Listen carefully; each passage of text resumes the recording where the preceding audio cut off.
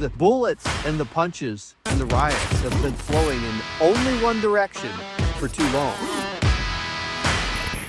I've been trying to tell you guys this whole time how corrupt all of these things were, and here we are. It is not our responsibility to fix something they spent years intentionally trying to destroy. Unity can only happen in a country when you have a people who agree on what the outcome should be.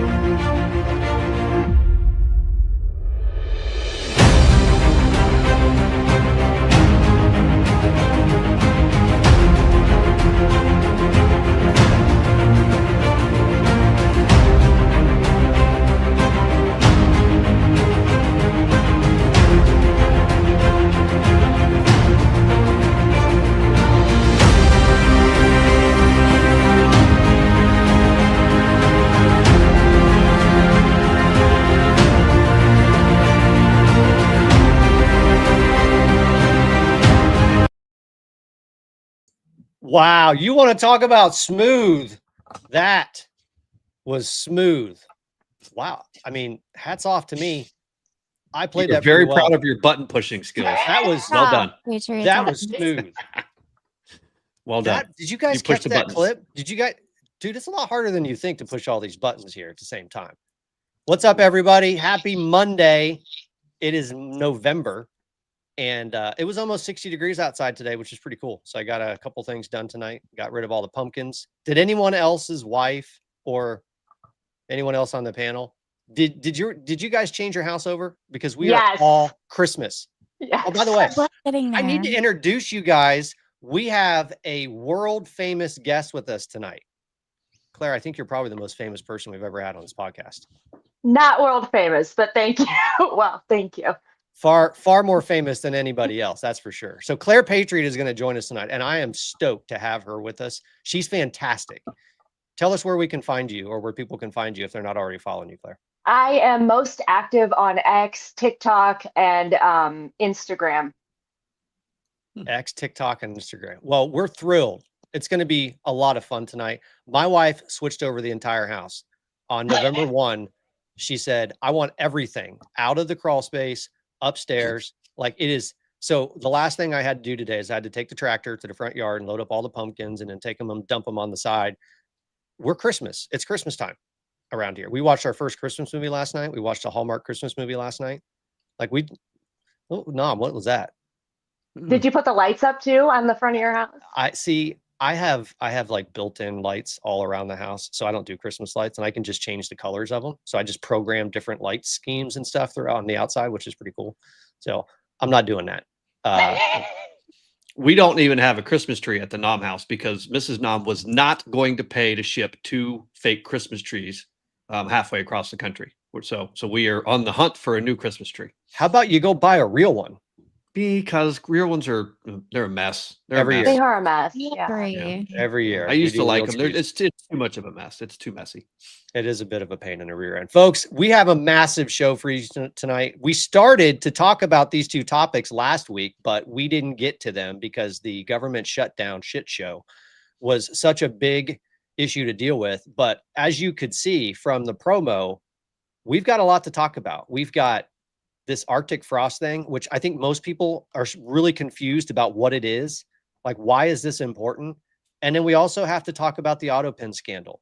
2 of probably the most important scandals in American history. Claire, are you familiar with either of these, or do you have any sense of what the hell these 2 things are? Yeah, the Autopen is pretty recent. And we're finding out a lot more information, especially this last week. I'm sure you're going to talk about it. We've got it all. We have all of it. But some breaking news today. I don't know if you guys saw it. President Trump did the right thing and is clearing out the contingency fund for SNAP benefits to make sure that people who need SNAP benefits are actually going to get it. I think this was probably the right step. We're not going to spend a lot of time talking about it, but I think one of the funny things about it is there's only about $5 billion in that fund, and it's going to cost about $9 billion to fund all of the SNAP benefits for the month of November. So I think this is a really good opportunity for the Trump administration to require states to only give SNAP benefits to American citizens. How about that? How about we start there? Well, you know they're not going to do that because part of the shutdown is removing the verification for eligibility for benefits. So good luck. Yeah, I had a back and forth with some smooth brain retard on X about this today, and they couldn't grasp the concept that, you know, the elements of the big beautiful bill, the, you know, citizenship verification doesn't even come into effect until after the first of the year. And this continuing resolution, which, by the way, for everybody that's unclear about this, is continuing Joe Biden's budget priorities. It's nothing has changed. And they're like, well, no, the Obama subsidies, literally none of that happens until after this CR was set to expire in the first place, right? None of it happens. So That's right. that's why we call them smooth brain retards, because that's what they are. That's funny. Hey, Nom, you want to kick us off here? We got a lot to talk about. Where are we going to start? You want to start with the Arctic frost? Because this is a massive one. And don't forget, Just Me, Mad Marine. Oh, you know, okay, my bad. We need to acknowledge the incredible producer that made that intro video for us. Who was that? SK sent this to us a few days ago. Yeah, it was Just Me, Mad Marine on TikTok. She's awesome. Well, great It was job. really cool. Really cool. I would say that we want to put her on the payroll, but we don't have a payroll because none of us are getting freaking paid for any of this. We do this for free. So, by the way, if there's anyone out there that wants to pay us for this, we'll take it. You can pay us. Well, it depends. Depends why you're paying us, or what you want us to say with the money. Exactly. You can't tell us what to say because that's not. And what country you're from. Right. Where you're from.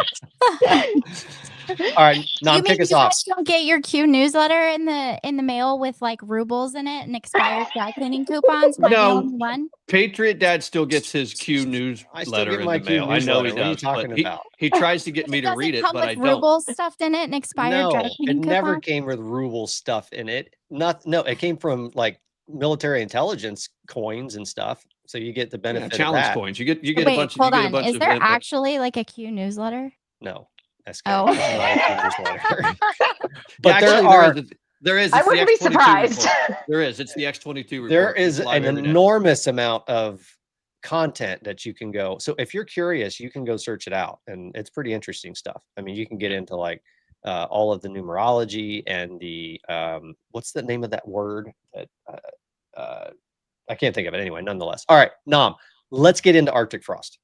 Well, yeah. So we're going to talk about two, and I did a video about this earlier today. I mean, these. So right now we've got unfolding two of the three biggest presidential political scandals in American history. Or we know that Crossfire Hurricane was just a massive scandal. We've spent plenty of time on that, and I'm sure we're not done with it.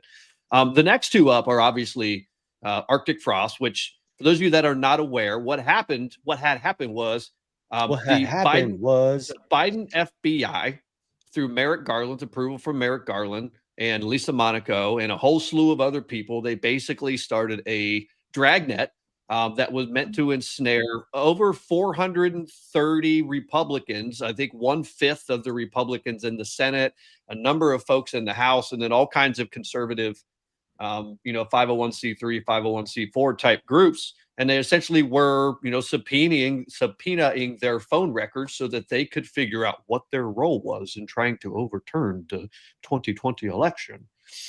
Turns out there is no predicate, really at all. And there's a whole lot of people that have probably some questions to answer, like Judge Boasberg. We're going to get into all of this, but that's basically the premise. It's Lurch Boasberg. So that's the premise of Arctic frost. And it's interesting the way that the FBI names these. They name these cases Arctic frost. And I learned this from Mike Benz. Arctic frost is a type of orange tree. Did you know that? Did you guys know that's actually a type of orange, an Arctic frost orange? And the entire point was to decapitate the orange man and everybody close to him if he were to ever try to raise his head in politics again. That was the point of Arctic frost. So we're going to get into it. You should have a video. Hold on. Is that the responsibility of the FBI to decapitate a political figure? Like, Absolutely not. Are we sure? Russia. Because the FBI seems to do it over and over and over again. Are we sure that's not somewhere in their manual? It is in Russia. It's almost like the party of the dictators and authoritarians, totalitarians, is actually the left. Crazy. I'm so confused. Claire, are you certain that this doesn't exist anywhere in the FBI manual? It seems like it does, since it's a reoccurring event. So we used to hear stories in Stalin's Russia of this concept of, instead of finding a crime or investigating a crime and finding a person, they would find a person or investigate a person to find a crime. It feels a lot like that agenda somehow got integrated into our intelligence and our law enforcement apparatus. I agree. Somehow. Yep. It doesn't make any sense. All right, Nom, you told me to pull up a video, so let's pull Yeah, you got a video. Yeah, One. I have a video. Let's Stop kind of prime the pump so people have a really good understanding of what it is that we're talking about when we talk about Arctic frost. This is John Solomon on the Steve Bannon Show, giving us a really good summary of what exactly happened. Jim Jordan over the House is going absolutely ballistic on this. I think this is the biggest scandal I've ever seen in American political history. Your thoughts, sir? Yeah, I think we're getting there. I think this could be one of the greatest civil liberty violations in American history under the color of government authority.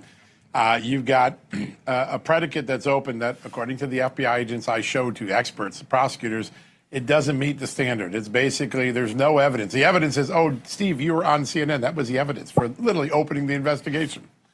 They're trying to criminalize in this memo when they open it up in April of 2022, 15 months after January 6th, and just 4 days after Donald Trump has announced he's going to run for re-election. And I think that's really important. This investigation, if you thought what happened on January 6th with the electors was bad, you could have done it on the 7th or the 8th or 9th of 2021. They wait a whole year until Donald Trump raises his hand and says, I'm getting back in the arena. I'm running for 2024. And they open up an electronic communication that every expert I talk to says is thin, doesn't meet the rules.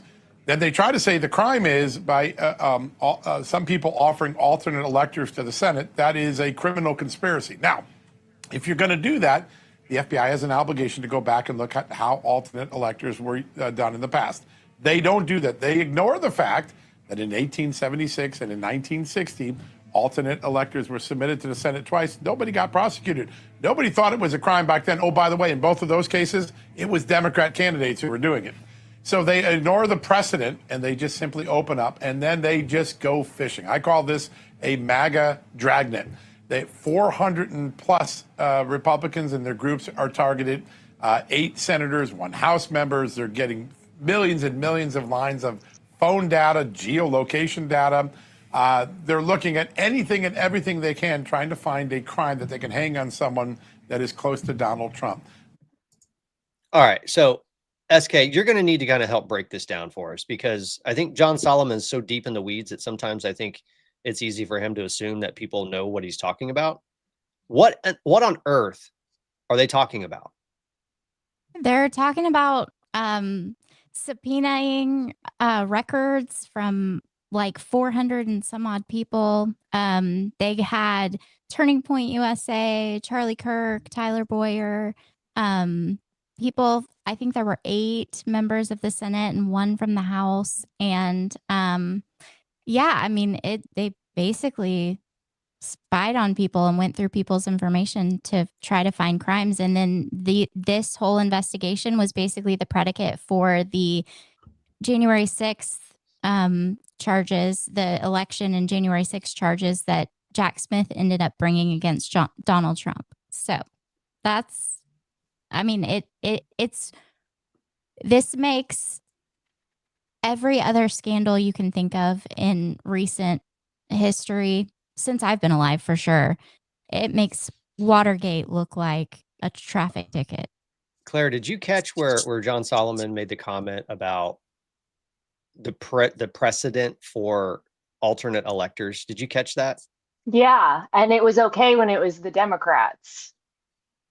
Not only is it okay, but it's the process. And I think this is my biggest problem with this whole scandal, is that Jack Smith, under the direction of Merrick Garland and the Department of Justice, probably directed by, I don't want to say Biden because he was the Autopen, whoever was controlling the Autopen, told him basically just to go out and just make up crimes that didn't exist. It is not a crime to send alternate electors in a contested election. As a matter of fact, that is the process. Because what I think most people forget is that prior to the quote unquote insurrection on January 6th, where a bunch of Antifa goons decided to break into Congress and they had a little bit of help from Capitol Police and feds. And feds. 250 of them, as a matter of fact.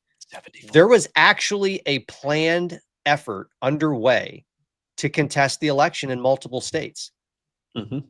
I don't know if you guys remember this or not, but Ted Cruz and a whole bunch of other people were getting ready to stand up and follow the constitutional process for contesting elections in several states.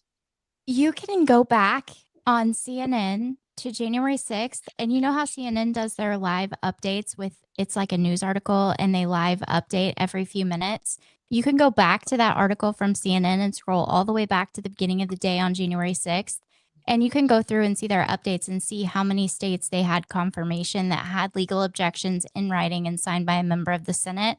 And it will blow you away. I remember watching the coverage every single night. We would turn on the national news, like we would turn on CNN, MSNBC, Fox. We'd flip around between all the channels because they had all the constitutional lawyers, Nancy Pelosi. They had all of these people from the government and people that knew about the constitutional process, the 12th Amendment, the Electoral Count Act, that would go on and explain. They would put up the electoral map and talk about if these states object, this could happen, and if it's tied, this could happen, and these are the processes for what happens if X, Y, or Z happens. They were speculating about this all the way leading up to January 6th. We knew that this was going to happen. The only people that stood to gain from interrupting that process was Joe Biden. Yep, Nancy Pelosi, correct. That is such an important point that I hope people catch what SK just said. There was a process that was getting ready to play out, and it was interrupted by the quote unquote insurrection. And the only people that had anything to gain from that were the people who ended up in the White House as a result, because the effort to contest those elections was shut down immediately. Yep. They got to Arizona. They go in alphabetical order. They got to, and they don't have to go in alphabetical order per their constitution, but the process is they go in alphabetical order every year. Every year when a Republican wins, the Democrats stand up and object. You have video after video after video. You have Maxine Waters throwing a fit, and they're gaveling her down and saying it's not a legal objection. It's not in writing and signed by a member of the Senate. They do this every time a Republican wins.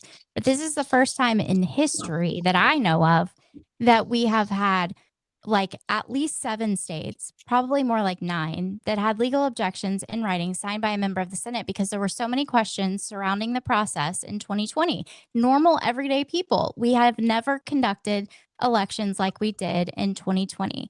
And the same FBI is the same FBI that investigated all of those boxes of Chinese IDs and all of the things that were going on. The things that took place in 2020 are just unbelievable. And I can't wait for the Trump administration to start releasing all of that information. I think it will blow people away. Amen to that. Claire, I'm going to throw you a hanging curveball here, which is one that you should be able to knock out of the ballpark. If you're going to contest an election and you're going to say that the electors that were received in states that you don't believe were legitimate electors because there was questions about the legitimacy of that state's election, what then would you need if you were successful and you wanted to count another slate of electors? You need a recount, wouldn't you? You'd need the other electors. Well, yeah. Right?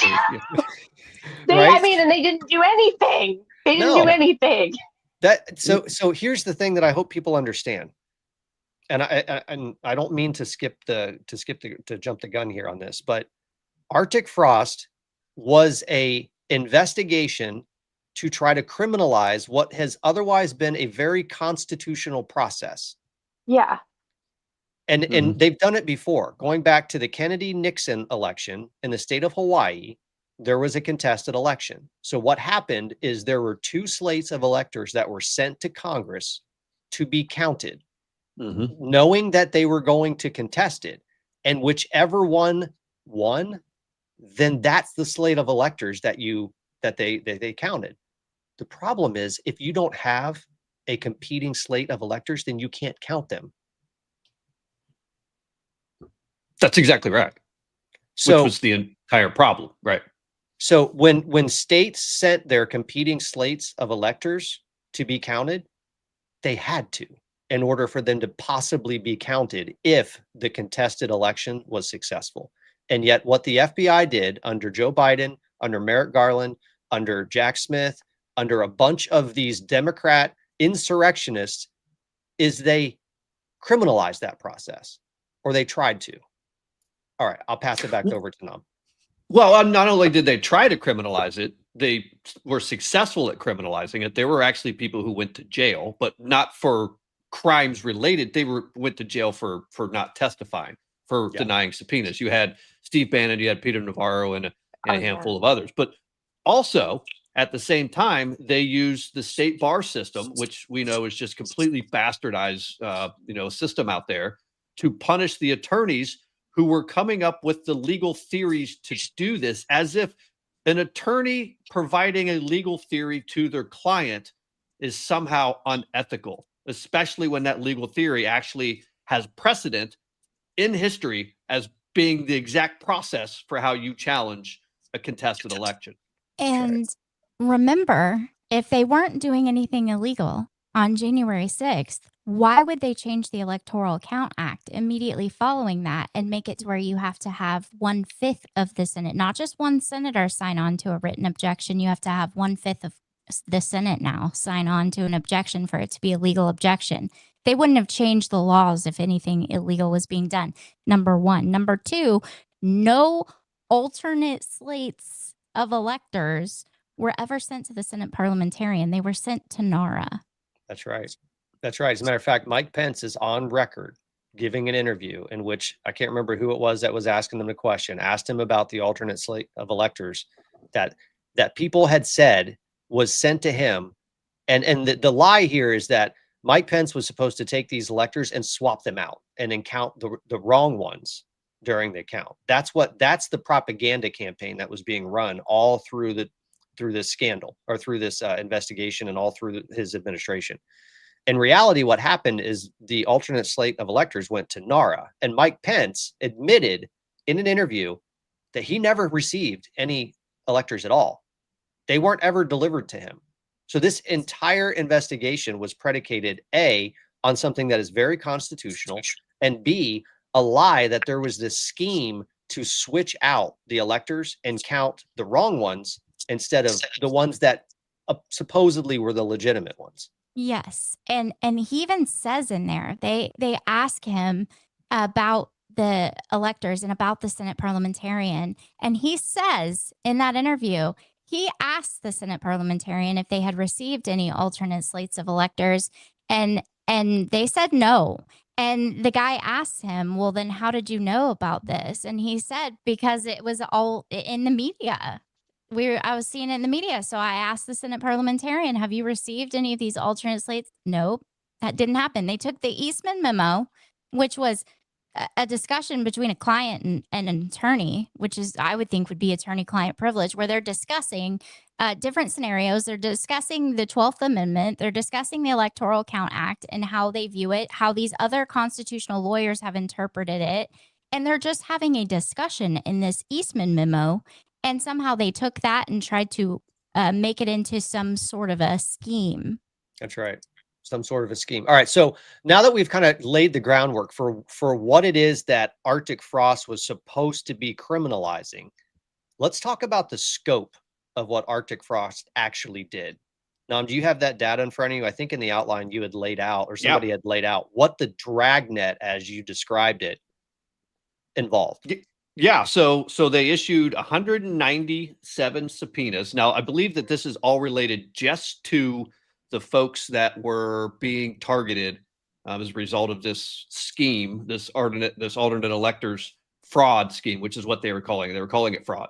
And, this is where we get the 430 targets. That's 1/5 of the Senate. And it's a huge amount of folks in the House, as well as a ton of other 501c3s, 501c4s on the right conservative side. So they issued 197 subpoenas. Let's see, 40 plus interviews. They did all kinds of interviews. But the problem that really is coming from this, one, there was really no predicate. Could we just explain why there was no predicate with the alternate elector scheme? It's happened. We know it does. It's actually the process. But they did actually something incredibly nefarious, and this might actually end up being what gets old Boasberg impeached, if not thrown in prison. You guys remember Boasberg, Jeb Boasberg, right? James Boasberg. You guys remember Lurch? Yeah, he's the guy that seems to somehow keep emerging as the point of contact for the lawfare campaign that's been waged against the Trump administration since he stepped into office. I think, if I recall, he was the guy that somehow came back from vacation and picked up the Maryland man case on a Saturday. On a Saturday. And gave a verbal order for them to turn the plane around while they were over international waters. Like, what? I mean, because that's Claire, the role of a district judge. Claire, you were all in, and when that was happening, I mean, what was going on? I mean, what sort of videos and content were you making when you're watching, Boasberg just try to turn planes around in the air on Saturdays and all this crap? Do you remember all that? My thing, yes, and my thing, I was like, planes have fuel. You can't just decide to bail and go back. Like, what are you talking about? Yeah. The fact that, and I think somebody even released the emergency rotation for judges that are supposed to be called on when these types of cases emerge. And his name wasn't on that list. And yet somehow he ends up picking up the case for whatever. I do remember that. Yeah. Was he on vacation? He was on vacation. Yeah. He was. So, but it wasn't just Boasberg. So what's happening here, right, is these schemes, these are all the same. We keep saying this. We say it with all these different scandals that are going on and the NGOs and all that stuff. But especially when it comes to the FBI and the DOJ and all the nonsense that they've been caught doing since President Trump floated down the golden escalators, it's all the same people at the FBI that are doing this. We had another one that has been involved in all of this, Tim Thibault, right? Tim Thibault's the one who opened the file on this. Tim Thibault was also the guy who was the go-between. He was the sort of intermediary between Fusion GPS's Nellie Orr and the FBI during Crossfire Hurricane, right? So he's the guy that's tapped and say, hey, you keep close with Nellie Orr, who, by the way, we all know who Nellie Orr was when we talk about Crossfire Hurricane and Fusion GPS.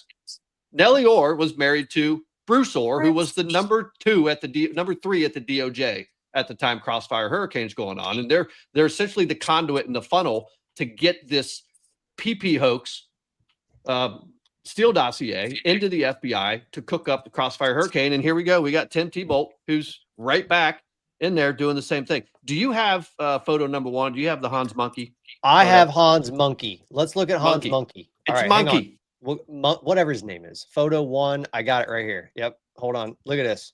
There we go. Yeah. That is some skill. Bringing that up. Hans Monkey, whatever his name is. Yeah. I mean, it's the same names. Bongino used to say this all the time when he was exposing Crossfire Hurricane. Remember the names, remember the names, remember the names. And when you see names like this, like Tim Thibault pop up, then you should automatically know, well, yeah, he was involved in Russiagate. And by the way, he was also, if I'm not mistaken, he was involved in shutting down the Hunter Biden laptop probe. He was one of the ones who said this is Russian, all the hallmarks of a Russian information operation. That's right. So this guy is involved in all of this. And if you go to photo 2, this is my favorite. This is my favorite right here. Hold on, I got photo 2. Here we go. All right. This is Mike Davis. My favorite, right? This is my favorite because, and the reason I bring this, and I want to go straight to photo 2 from this, is because see that name down there at the bottom, Kim Delanian. Kim Delanian. What was Kim Delanian's nickname? I can't remember his nickname, but Kim Delanian is the guy that the CIA goes to every single time they need Fusion GPS. Ken Delanian. Fusion Ken. Fusion Ken was his name. Fusion GPS. Ken Delanian. Right. So Ken Delanian, this guy is supposed to be an MSNBC reporter, and for some reason he thinks it's his job to go out and try to debunk every single story that is exposing the crimes that Ken Delanian was actually involved in, right? As a journalist, as a reporter, Ken Delanian has basically been a mouthpiece for the deep state that has been perpetrating all. And I'm going to say deep state. People laugh, but this is exactly what the deep state is. The deep state is a combination of folks like Ken Delanian, who's a mouthpiece, who's basically a megaphone for the CIA to put whatever nonsense narrative they want to be put out there. And Ken Delanian on October 29th is out there doing the CIA's work again. And Mike Davis, obviously, he asked a very serious question. Ken Delanian, Fusion Ken, what was the predicate that opened all of this? There was none. Just like there was no predicate for Crossfire Hurricane, just like there was no predicate for any of the Ukraine impeachment bullshit nonsense. None of it.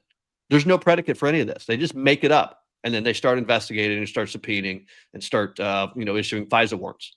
That's right. And then he goes on to say that not only is there no predicate, but it is perfectly legal to challenge an election. An Electoral Count Act of 1887 gives the process by which to do that. And as SK mentioned earlier, that is the law that the Democrats changed immediately once they took power in 2021. Yeah. That's the law Which that they is changed. weird because these are the same people that try to object without legal objections every time they don't win. Also, the same people that talk about those machines not being secure every time they don't win.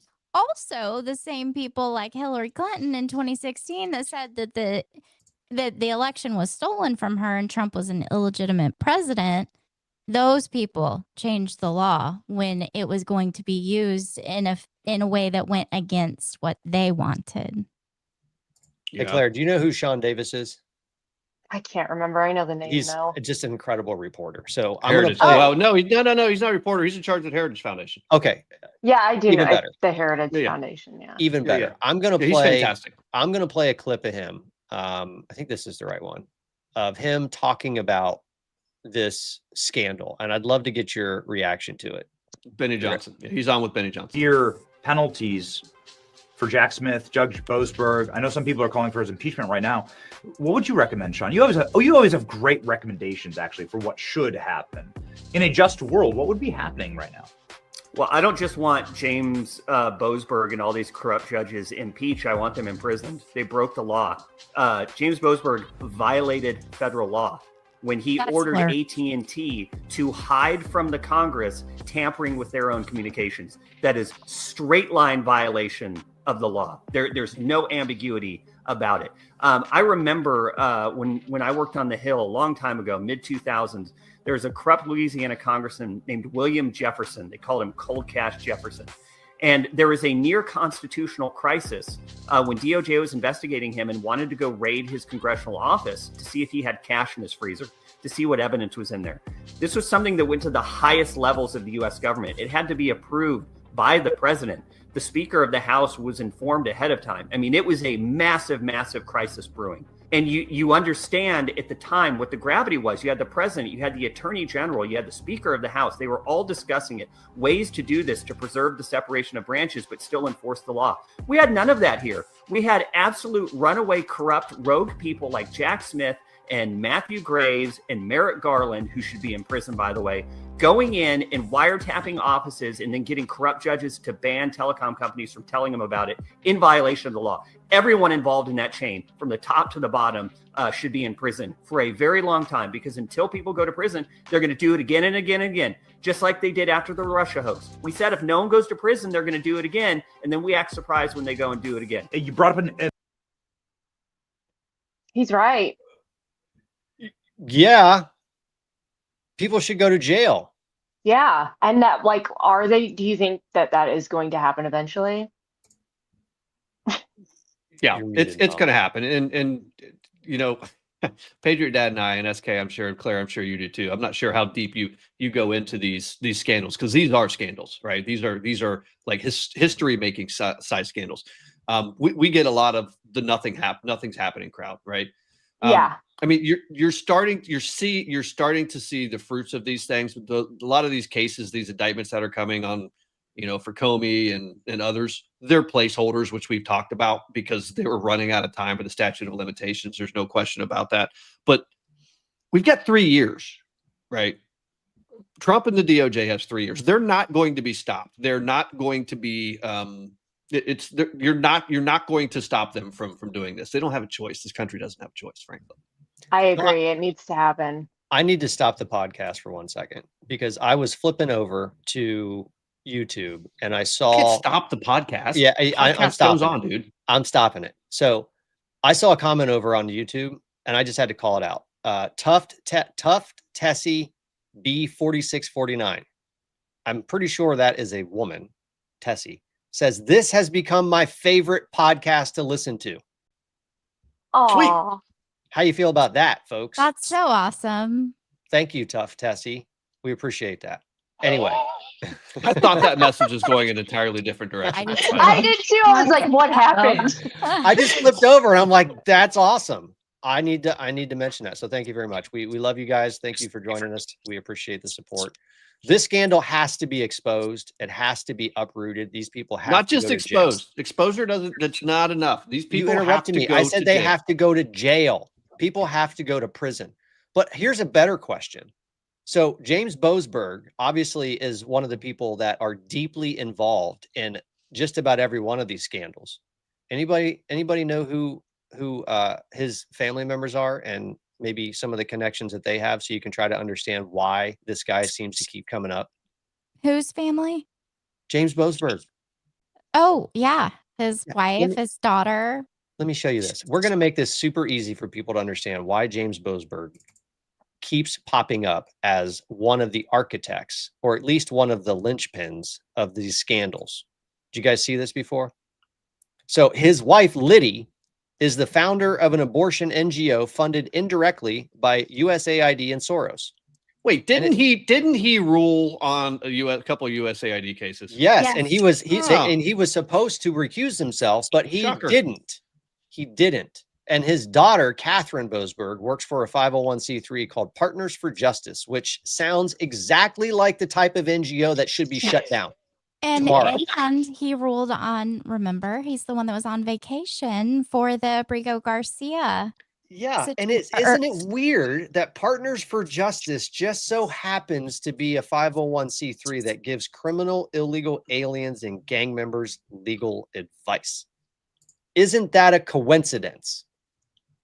No, None because of all this is these a judges have coincidence. the same exact setup, including McConnell in Rhode Island and his own. He's on the board of an NGO that benefits from the state, and the state benefits. It's a mutually beneficial relationship, and he was ruling on cases that benefited the NGO. That's so illegal. That's not legal. So, But- wow, that's funny you mentioned that, Claire. I was going to ask you if you thought that these judges would actually break the law to protect their family members and their income streams and, their friends on the left. Do you think they would break the law to do that? I don't know. Ask Juan Marchand. Sorry. Go Well, ahead. I mean, here's a question. Yes. Yes. Okay. Do you have photo 4 there? I have Junior? photo 4. I have Okay, photo 4. Let's see photo 4 because this is good. All right. This is good. Let me show you photo 4. 4A or 4? Just 4. 4. Well, 4A is is go to 4A. okay. We'll do 4 first and then 4A because it seems to make sense that we do it in order. Yeah. Turns out it is actually against the law. 2 USC 6628. It is against the law to write an order, because here's what Boasberg did. In fact, maybe we need to set this up. So not only did Boasberg sign off on the subpoenas, he also issued, it was either a gag order or it was an NDA to each one of these telecom providers, the Verizons and AT&Ts, and prevented them from informing anybody that they had received the subpoenas, that they had responded to the subpoenas. And by the way, the subpoenas had members of the House and the Senate in them. Turns out that's actually against the law to do that. I think we need to pull something else up real quick. And we're eventually going to get to the Autopen, I think, tonight, maybe. But you guys need to see this first before we look at the law that Nom is talking about. This is a post from Andy Ogles. And Andy Ogles is talking about how Judge Boasberg issued a gag order against Senator Marsha Blackburn. Boasberg worked with Joe Biden to steal every piece of personal data stowed by her and her conservative colleagues, all without ever reviewing their clandestine scheme or revealing their clandestine scheme to the senator. The judge ordered that Senator Blackburn not be notified that she was being spied on. That's a crime. Not only that, but they did the same thing with Donald Trump and people around Donald Trump on their government devices. This is so messed up. They just feel like they're above the law, like they don't need to follow the law and they can do whatever they want in order to stay in power. That's what I see. Claire, nobody is above the law. Well, no. Listen. Go ahead. There's that, and then there's the real world. Yeah. And I am convinced that the Democrat Party is the largest criminal enterprise in this country. In world history. Yeah. I mean, and they never in a million years ever thought they would be held accountable. That's why they're so bold as to do the things that they do and continue doing it out in the open. They don't even hide it. They don't hide it. Well, to be fair, they've tried to hide this stuff because all of the dumps that we've seen, the exposure summer, right? Those were all like tucked away in like burn bags, and they were locked in safes. They didn't think Trump was going to win, just like they didn't think in 2016. They thought that with $1.5 billion,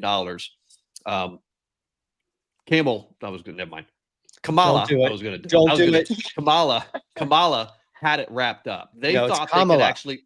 It's Kamala. It's comma. Kamala. No. Stop. I don't know. Because before she realized that pretending like she was an African American woman, she actually like went with her Indian heritage, and her name was Kamala. Yeah, but they gave you the phonetic I have to be an African American. Now I'm Kamala. Oh, but they brought the cute kid on stage at the DNC and said it's comma, like in a sentence, and law, like they la gave, la la la. They gave you and then we got the comments for 3 weeks in all of our videos. 3 weeks, they still say it. Oh my god! Does anybody wonder why she lost? I mean, no, she couldn't even figure out how. She couldn't even figure out how to pronounce her own damn name. I know why she lost. Because Claire, you actually did a video on this today. I wish She's I would done have pulled it up. More interviews with her book tour than she did in her entire campaign. Isn't that interesting? Not really, because not really. I mean, her campaign knew that we can't have you out there. Have you watched any of these interviews that she's given? Oh, they're horrible. It's like 2 hours of word salad. It's awful.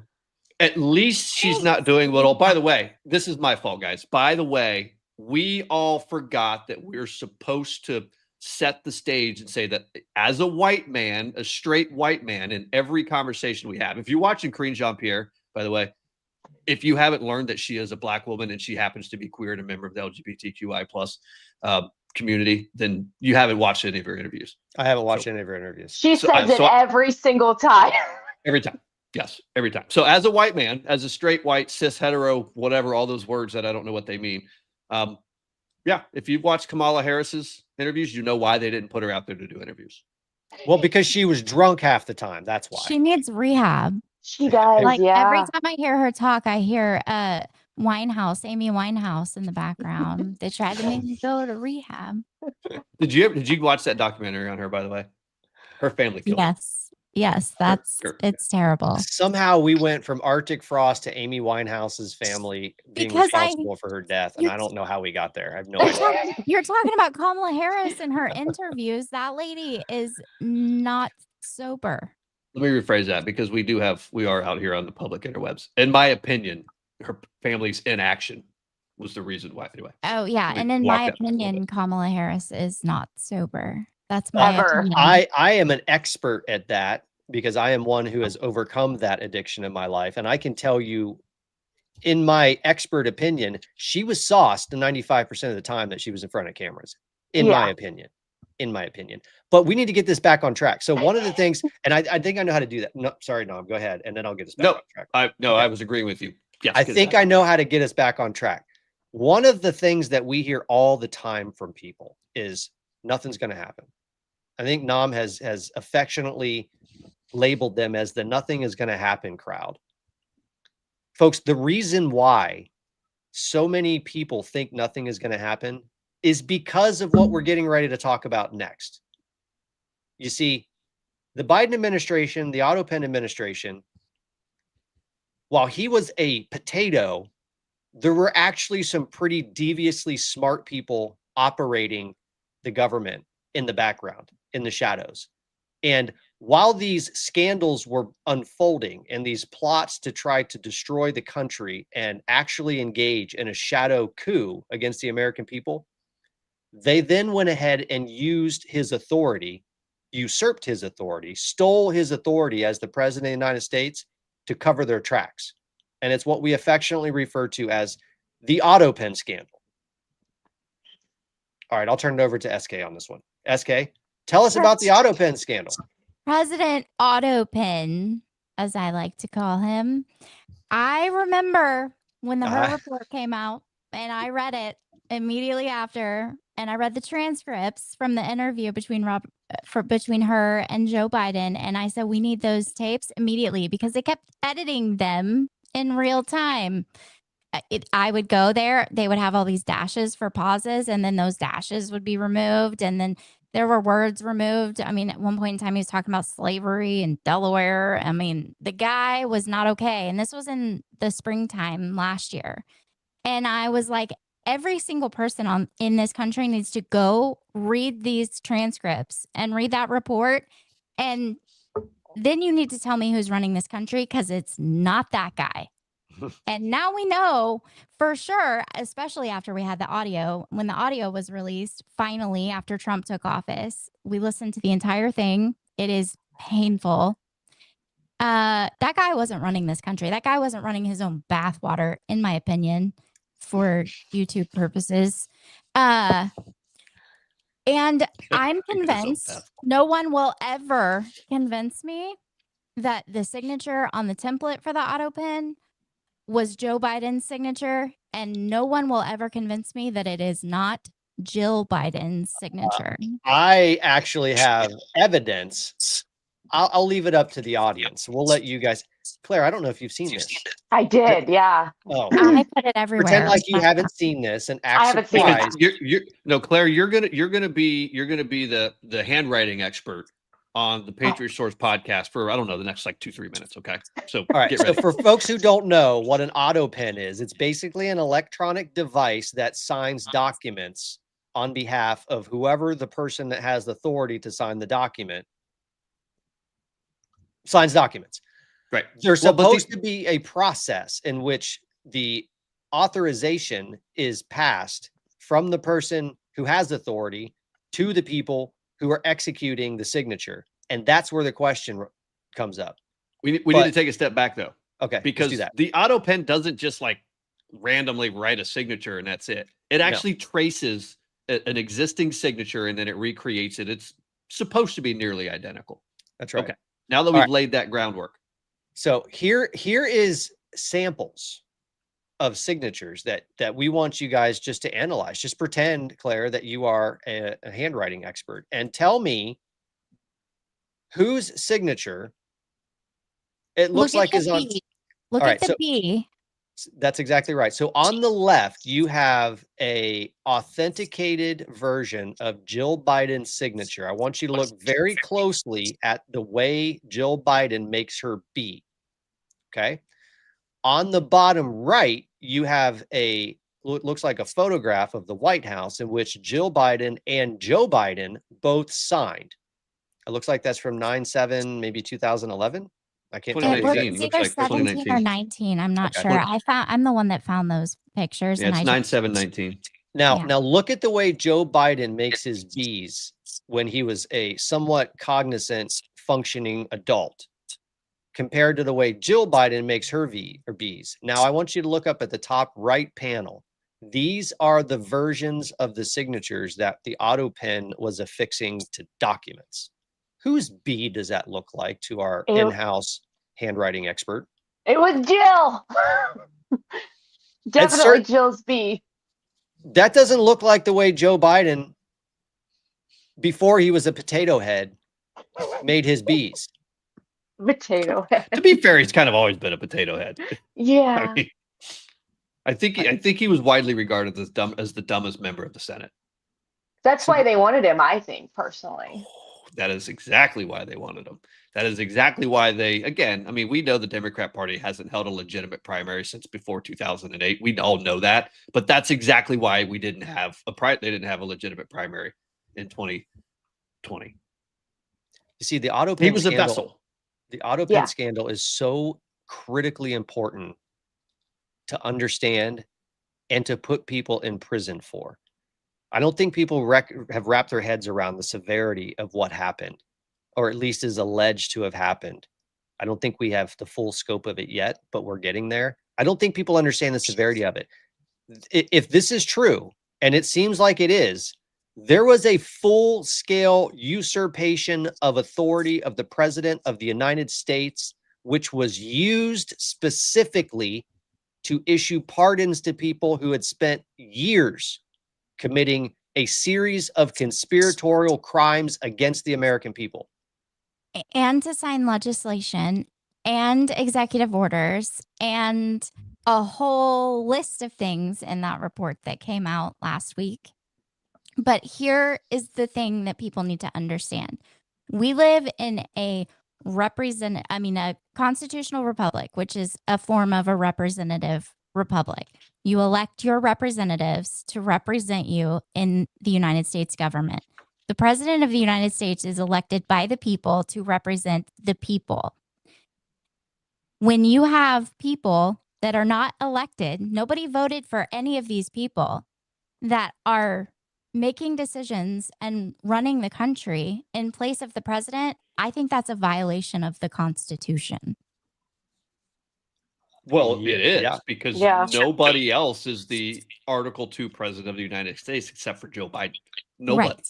And nobody elected Anita Dunn or Ron Mike Donnellan or Kevin O'Connell, Andy Tomasini. Yeah. Yep. Can I play a quick clip of one of these people and just ask you guys for your opinion on something? Because I was watching the Anita Dunn clip that came out from her deposition, and I'm really, really confused. I'm very confused about something. So I'm going to need you guys to help me out here. All right, let me pull this up. And so those of you guys who are listening, if you don't have your phone in front of you and you can't see what I'm getting ready to show you, you need to come back and watch this later, or stop what you're doing. This is really, really important. You need to see this video. Oh, shoot. I have to pull it up from another folder. Hold on. I have it, and you guys have to see this. Bear with me. I need you to help me understand what on earth is happening with. Well, why you're looking for that? Is this I got it. As bad as the Mike Donnellan video? But I just need help with this. Okay. Yeah. So you guys need to help me out. All right. So this is Anita Dunn talking about questions about Joe Biden's cognitive abilities, and just pay close attention to her. Do you have any knowledge about President Biden's political advisors expressing opinions or offering advice on whether a cognitive exam should be conducted of the president? As I remember, we had a discussion at the senior advisor level about whether the president should have a cognitive exam that was based purely in the political world on whether we thought it would help address some of the attacks that he was getting. What attacks are you referring to? Primarily attacks from Republican office holders. That's what I'm referring to. Attacks about the president's attacks on the president, yes. Mm-hmm. All right, now I'm going to rewind this a little bit. I want you guys to watch the first 5 or 7 seconds of this. And I want you to tell me, are we watching a reptilian? Do you have any knowledge about President Biden's political advisors expressing opinions or offering advice on whether a cognitive exam should be conducted of the president? Okay, that was weird. What the hell was that? That right there is called, if you're somebody that's, into true crime, I'm not that I am or anything. Somehow I doubt that. I believe language experts, that's somebody who's lying out their ass. That's a technical term. Claire, do normal people do that when they're being asked questions? No. Absolutely not. But like, it's a trend with some of the Democrats. To look like reptilian people? Pelosi does it sometimes. Well, Pelosi's just trying to keep her dentures in her mouth. She's just trying to keep her dentures in her mouth. I mean, that's all that is, right? She needs a little bit more poly grip or whatever that stuff is. We're not. Well, they're both lying, so. I every time I watch that, it grosses me out. So I had to show you. If I have to watch it, you have to watch it. Okay, fair enough. So so Anita Dunn, by the way, she has been around presidential politics. See, 2008 until, I mean, what is that? Is that like 13 years or something? I don't even know how long it is. She's been around It's since longer than the that. But she's been around for a very, very, She very, started very long time. SKDK. Yeah. Why she can started these people not SKDK. answer a freaking question? Why can't they answer a question? Well, I think that's obvious because if they answer the question, then they'll go to jail. Most of them went in there and pled the fifth for every single question. Yes, I remember that. That was crazy. All right, we got one more video we want to show, and then I think we want to try to land the plane here so that we try to stick somewhat close to time. This is Mike Donnellan. Who's Mike Donnellan? Does anyone know? Because I don't know if I know the details of who this guy is. Who is this guy? Mike Donnellan is a close advisor to Joe Biden and has been close to Joe Biden going back decades. Okay. So this is Mike Donnellan talking about how much he was going to be paid to basically help get the potato reelected in 2021. The potato. That's my view. Just to be clear, would the amount of pay you received for your role in the campaign, would that have changed depending on how far into the race President Biden made it?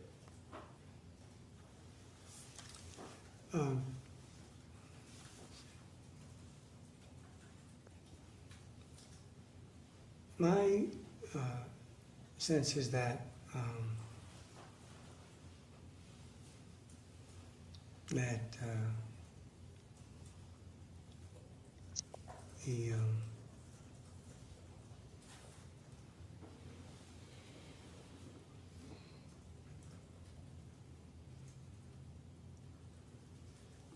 in my view, the money was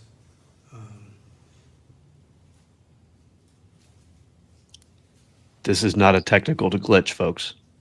This is happening. This is really happening. It's a glitch, but it's in the guy's head. we had a negotiation, and that's my memory of the agreement. Would you have received a bonus depending on the way the campaign went? Was that a possibility? Yes, $4 million.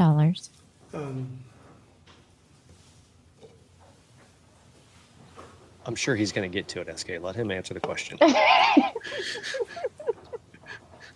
mean, we don't have all day. Were there any Well, apparently we circumstances in do. which you could have received a bonus? Yes, it was. What were those circumstances? That Joe Biden would have been reelected president of the United States. All right, I'm stopping it right there. I was keeping track. That was 1 minute and 15 seconds of him staring blankly into the ether, trying to figure out how he was going to lie his way out of prison. Claire, do you know what his job was with the campaign? No.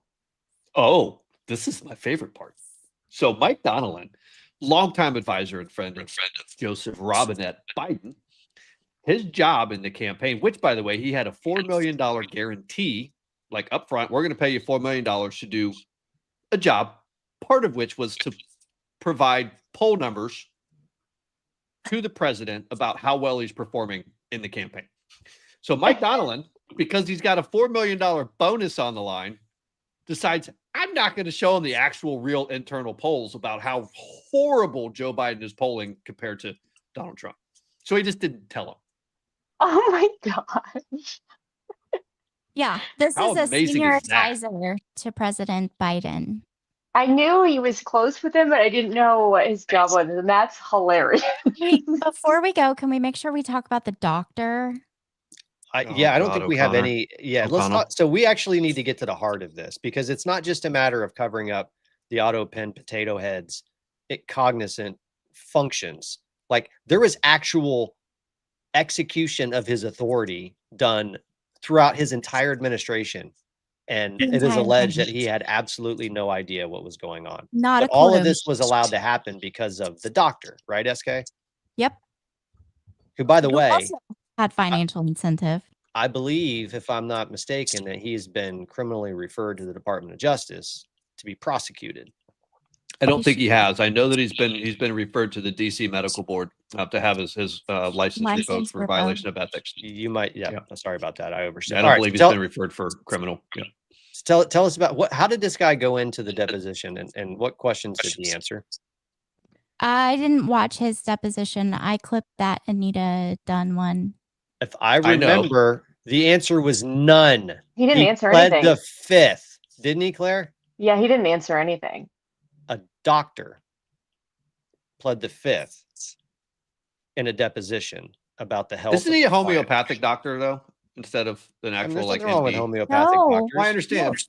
No, I don't think so. And he's a Walter Reed doctor, isn't he? I heard he wasn't actually an MD. He's in that report. Because, I mean, again, it's been a week since this stuff came out. I read it all before the last podcast we did because we were supposed to talk about it then. And I've done a lot of research since then, so my brain's a little mushy. But in that 100-page report, it talks about exactly, like, I think he was in the military. I mean, it talks about his background. Yeah, he was in the military, and he was a close family friend of the Bidens for years before he took that position. I don't know how I remembered that, but he had business with because you have to because it's in the outline. Stuff. Yeah, it's in the outline. Wait, we're supposed to be looking at the outline. SK never reads the outline. She doesn't need to. I think if SK follows the outline, it ruins up her train. It ruins her train of thought. It does. You do great without it. So the doctor wasn't the only one to plead the fifth. Also, Annie Tomasini, who was a senior advisor to the president and a longtime aide to Potato Head, she was the gatekeeper to the president. So she was the one, if I'm not mistaken, I think she was the one who was signing off on whether the signature should be used or not. Am I right about that, SK? I think so. Well, she was like the gatekeeper. She's the one that was restricting access along with Jill Biden. And who was Jill Biden's chief of staff? What's his name? Anthony Bernal. Anthony Bernal. Yeah, that guy too. Yeah. That guy, the fact that no one ever saw Joe Biden or spoke to Joe Biden, including the press secretary, including all of these people. They never met. Jill Biden kept him tucked away. Nobody got to talk to him about anything. She made all the decisions. It's like, who was the president that had the stroke and his wife was running the country? They didn't tell anyone? Was that FDR? No, it wasn't FDR. Was it FDR? No. No. I know you're talking. Oh, it was Woodrow Wilson. It was Woodrow Wilson. Woodrow Wilson. Wilson. One of those guys a long time ago. Yeah. It was Woodrow Wilson. And his wife ran the country and they didn't tell anyone. She just ran the country. And that's exactly in 2025 with the internet and everything else, this woman and Hunter Biden, there's a screenshot. I think I put it in the last deal where Jill Biden is sitting at like the presidential desk on Air Force One with papers in front of her. And it's a post on social media talking about how she's preparing for like I think it was the G7 summit or something. And the caption literally says preparing for the G7 summit. And it's her sitting behind the presidential desk on Air Force One. Mm-hmm. Hunter Biden was going in some of these meetings. The same dude that we heard about in Delaware. Smoking crack. Yeah, Hunter Biden sat in cabinet meetings. Hunter Biden was making pardon decisions. Yep. Unbelievable. And for the record, it's important for people to understand that the evidence in the Delaware case against Hunter Biden came from that laptop that we were talking about in the Arctic frost thing. The FBI confirmed in the transcripts, because I read them all, that in fact, the laptop was authentic and they had preserved his iCloud data from April of 2019. And they were still lying to you about the existence and the authenticity of the laptop in October of 2020. They were still lying about it like a year ago. What are we talking about? Lying about it today. There are Democrats today that still. John Brennan was just confronted at a conference a few days ago and is still lying about it. Still, Oh, did you see him pointing his finger in that dude's chest? Could you I have the imagine video. some old dude walking I up have to you and not pointing his seen that finger in your yet. chest?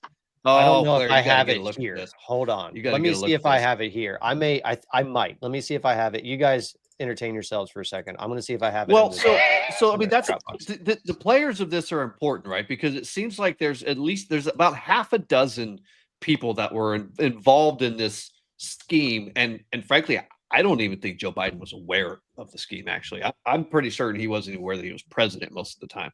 But you had Mike Donnelly, we've already talked about him. Annie Tomasini, her job basically, she was the gatekeeper. You had Anthony Bernal, who was regularly considered to be Joe Biden's work husband, right? And she was his work wife. They were super, super close. He was the enforcer.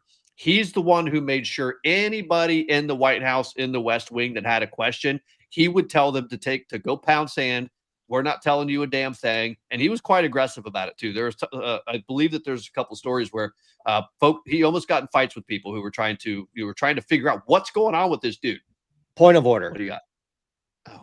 Anthony Bernal was not Joe Biden's work husband. It was Kamala Harris's husband who was Joe Biden's work husband. Did you guys see the kissing photo? Oh, Yes. That was awkward. Ignore me. I'll get back to finding the video, John Brennan. I just had to point that out, that there is actual video of those two kissing. Ugh. I can find Ugh. that too, because I actually have it. I have it. I can pull that up too. Like smooching? Yeah. On the Have lips? you not seen this? No. They're like damn near making out in public. It's All gross. right, keep going. Yeah. I'm going to find both of them because I have them both. Yeah. Keep going. So we got Anthony Bernal, right? And then Jeff Zentz. It seems like Jeff Zentz was the one who was actually the one that was in charge of authorizing when the Autopen could be used and for what. He's the one who authorized the use of the Autopen for 4,245 pardons. You guys know that the only pardon that was actually signed by Joe Biden, which one was it? It Hunter wasn't the Biden. J6, Hunter any Biden. of those.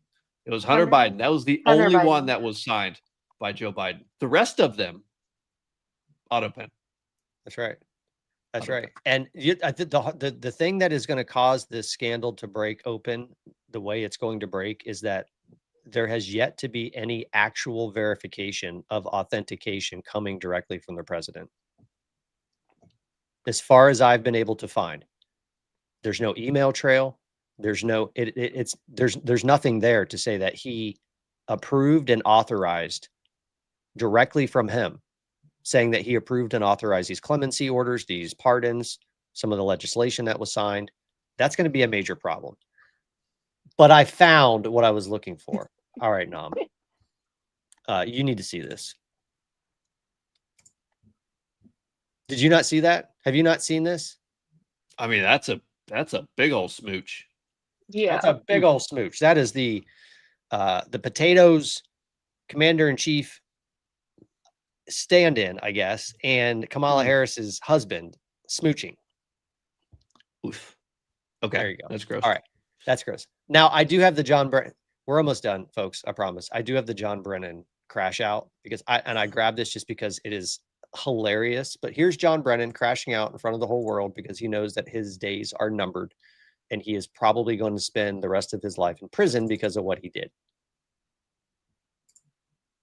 On the Hunter Biden, because and you misrepresented that. We never said it was disinformation. We said it was Russian influence operations, which is what they do. There's a big difference between influence operations. No, you don't know that. Yes, Comey knew. Comey knew. The literature said it had all the hallmarks of. He looked pretty nervous there, didn't he? Yeah. That's a dude who's scared. Just you got, for the Claire? record, Oh, sorry. I got 3 TikTok accounts banned back to back to back within like a 30, 45-minute time span, reading and debating that report that came out from Congress June 25th, 2024.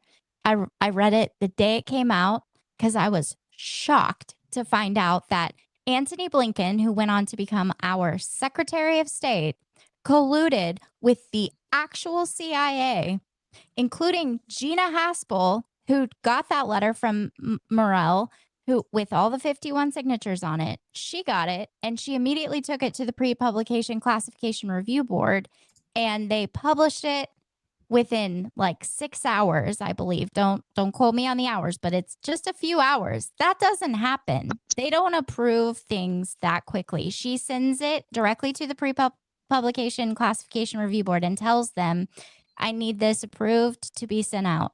And it was the letter signed by the 51 Intel former CIA people saying that it was that the Hunter Biden laptop had all of the hallmarks of Russian disinformation. In that report, you can see the emails that were exchanged between them. You can see they discussed if they were going to put their credentials on there or not. They decided, of course, to do so because then it's more believable to the American public.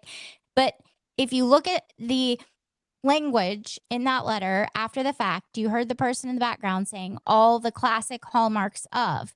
They didn't tell you that it was disinformation. They said it had all the classic hallmarks of disinformation, but then they did what the CIA does, and they went on to give you all of their experience with Russian disinformation and all the examples and how they know how to recognize Russian disinformation. So as a reader, as a layperson, you don't see has all the classic hallmarks of. You automatically say, well, this is Russian disinformation and 51 intelligence people told me so.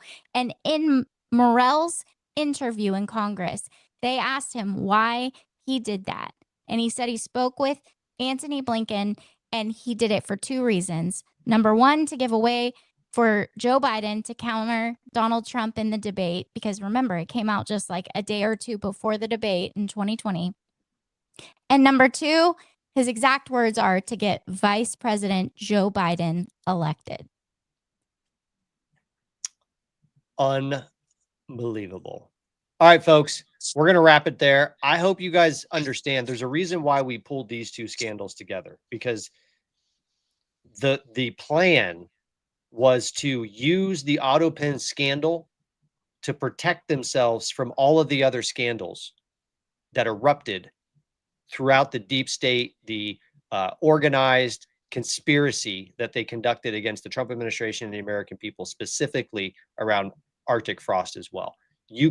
They knew that they could not get away with those scandals because of the way that the media, the new media, us, because remember, we're better at this than them, because the way we were uncovering their crimes, they knew that they had to come up with a method, something to try to protect themselves.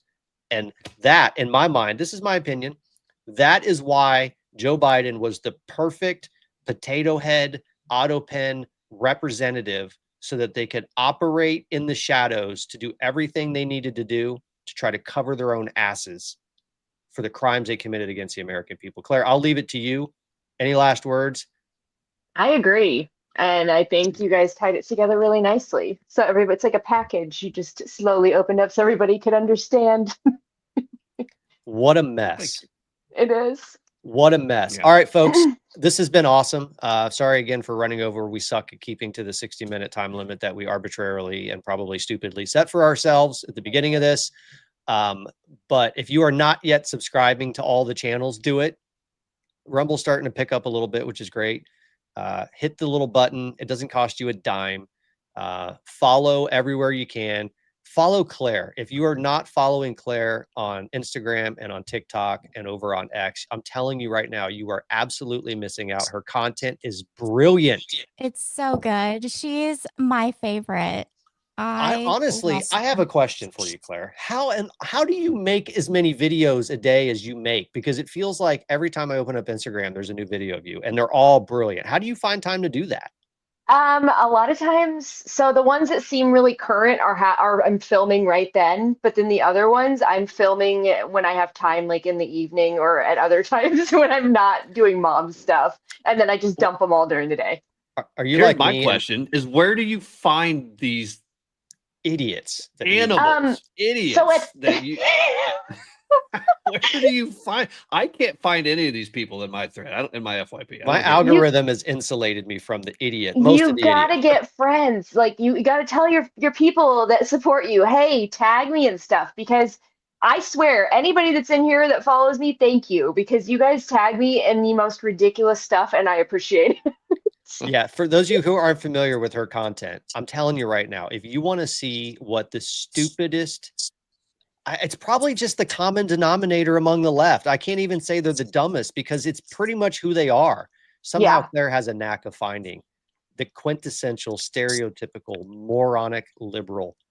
And you have to watch the way she dismantles him. It's brilliant. She's a genius at it. It's fantastic. It's so great. Oh, you guys are so She's sweet. so good. And I tell her all the time, I've asked her the same question about finding those videos. I'm like, you got to start sending me some of these videos. I will share anytime you want. I have a whole phone full of idiots.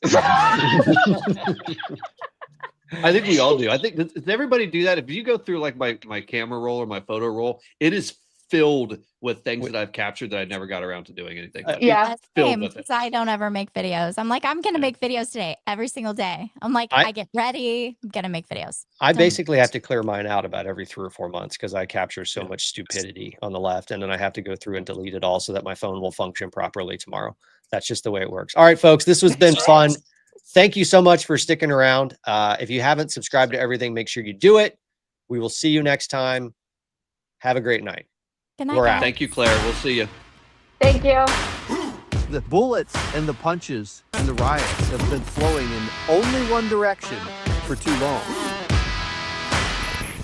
I've been trying to tell you guys this whole time how corrupt all of these things were, and here we are. It is not our responsibility to fix something they spent years intentionally trying to destroy. Unity can only happen in a country when you have a people who agree on what the outcome should be.